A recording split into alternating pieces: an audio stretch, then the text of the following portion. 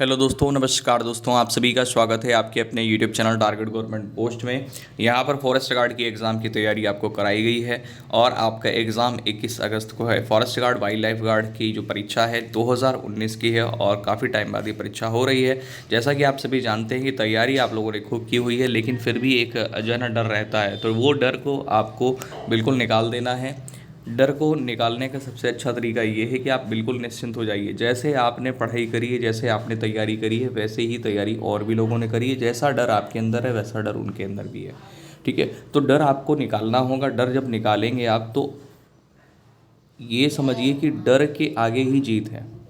तो जब डर लग रहा है तो जीत होने वाली है। ठीक है, तो आप ये समझ लीजिए कि आपको डरना नहीं है और पेपर अच्छे से आराम से देना है और ये सोच लेना है कि जैसी तैयारी मेरी है वैसी और भी लोगों की तैयारी है। ठीक है। अच्छा, पेपर से पहले की रणनीति क्या है? पेपर से पहले की रणनीति ये होती है कि रणनीति हम ये बना लेते हैं कि हमें हिंदी में कितने क्वेश्चन करने हैं, रीजनिंग में कितने क्वेश्चन करने हैं और जीके में कितने क्वेश्चन करने हैं, और हमें कौन से क्वेश्चनों को छोड़ना है और कौन से क्वेश्चन में हमें जो है तुक्का मारना है। तुक्का मारने के लिए भी हमें देखना होगा कि भाई तुक्का सब में तो मार नहीं सकते, तुक्का हम केवल उसमें मार सकते हैं जो तुक्का मारने लायक क्वेश्चन होगा, यानी ऐसा क्वेश्चन जिसको हम पहले पढ़ चुके हों और उसका आंसर हमें याद ना आ रहा हो। अब जैसे 4 ऑप्शन दिए गए, मान लीजिए 4 ऑप्शन दिए हैं। ठीक है, 4 ऑप्शन दे दिए गए, ए भी दे दिया गया, बी दे दिया गया, सी दे दिया गया और डी दे दिया गया, जिसमें से हमें दो तो लग रहा है कि ये तो गलत होंगे ही होंगे और 2 लग रहा है कि इनमें से कोई एक सही है।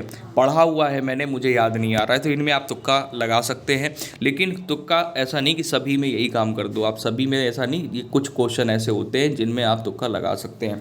अब यहाँ पर बात ये आती है कि भाई निगेटिव मार्किंग कितनी है? निगेटिव मार्किंग 1/4 है, मतलब 4 क्वेश्चन गलत करोगे तो एक सही प्रश्न के नंबर आपके चले जाएंगे। ठीक है, तो इस चीज़ का आपको ध्यान रखना है। तो वही पेपर से पहले की रणनीति ये होती है कि जैसे आपके हिंदी के क्वेश्चन है, ठीक है, तो हिंदी में आपके भाई 80 क्वेश्चन आएंगे। तो ऐसा तो है नहीं कि हिंदी में 80 में से 80 सारे क्वेश्चन आपको आ ही जाएं, लेकिन ये एक टारगेट बना के चलना होता है कि भाई 80 क्वेश्चन है तो 80 में हमको मैक्सिमम क्वेश्चन करने हैं, यानी फिर भी आप 70+ जा सकते हो। अगर आपने प्रैक्टिस अच्छे से करी है, पढ़ाई अच्छे से करी है, सारे रूल्स आपको ध्यान है, तो आप 70+ आराम से चले जाओगे, कोई दिक्कत नहीं होगी। ठीक है, अब बात यहीं पर रीजनिंग की अगर कर लेते हैं, तो रीजनिंग में देखिए 60 क्वेश्चन आने हैं। 60 क्वेश्चन में देखिए रीजनिंग में कुछ क्वेश्चन ऐसे होते हैं कि अगर आप करके भी आते हो तो गलत हो जाते हैं। ठीक है, तो गलत कौन से होते हैं भाई? पूर्व धारणा, कथन, निष्कर्ष वाले क्वेश्चन, कथन, पूर्व धारणाएं और कथन वाले क्वेश्चन, ये क्वेश्चन गलत होते हैं। गलत इसलिए होते हैं क्योंकि मैक्सिमम क्वेश्चन दिए होते हैं और उसमें क्या होता है, कौन सा अनुसरण कर रहा है, कौन सा नहीं अनुसरण कर रहा है, वो प्रैक्टिस पे डिपेंड करता है। अगर आपने प्रैक्टिस अच्छे से करी है तो ठीक है। तो देखिए रीजनिंग की अगर बात करेंगे तो रीजनिंग में आपने ज़्यादा तुक्के नहीं मारने हैं। रीजनिंग में 60 क्वेश्चन आने हैं और 60 क्वेश्चन में से आप ये कोशिश करिएगा कि 40+ चले जाएँ। ठीक है, और यही आपको जीके में करना है। जीके में सारे क्वेश्चन तो आ नहीं जाने हैं। ठीक है, 60 में यही प्रयास करना है कि 40+ आप चले जाएं। ठीक है, तो आप ये टारगेट बना के चलिए कि 200 क्वेश्चन आने हैं और 200 क्वेश्चन में से आपको 150+ रखना है अपने। 150+ आपके जाएंगे तो आपके गुड अटैम्प्ट होंगे, मतलब आपको एक पॉइंट भी सोचना नहीं है कि हमारा सिलेक्शन नहीं होगा। ठीक है, और नेगेटिव मार्किंग मैंने आपको बता दी है। गलती क्या नहीं करनी, गलती आपकी कहाँ पर होती है? गलती आपकी होती है OMR सीट में। OMR सीट में गलती ये होती है कि पता चला आपने कोई OMR सीट में कोई क्वेश्चन का आंसर फिलअप किया और उसका गोला कोई और भर दिया आपने, फिर आपको लगा कि अरे आंसर तो ये हमारा बिल्कुल सही है और गोला हमने गलत भर दिया है, तो क्या करें, इसमें वाइटनर लगा देते हैं। वाइटनर इसमें लगा करके हम दूसरा गोला भर देते हैं। लेकिन मशीन है वो, उसको पहचान है, इंसान नहीं है जो छोड़ देगी। तो वो क्या करती है, वो दोनों ही इनको डिटेक्ट कर लेती है। जब दोनों वहाँ पर टिक होंगे तो वो आपका गलत मान लिया जाता है। तो ये आपको क्या करता है, एक माइनस अंक देता है। ठीक है, समझ रहे हैं मैं क्या कह रहा हूँ? तो ये गलती ना करें, बहुत सोच समझ के भरिए और आपके पास टाइम सफिशिएंट होगा।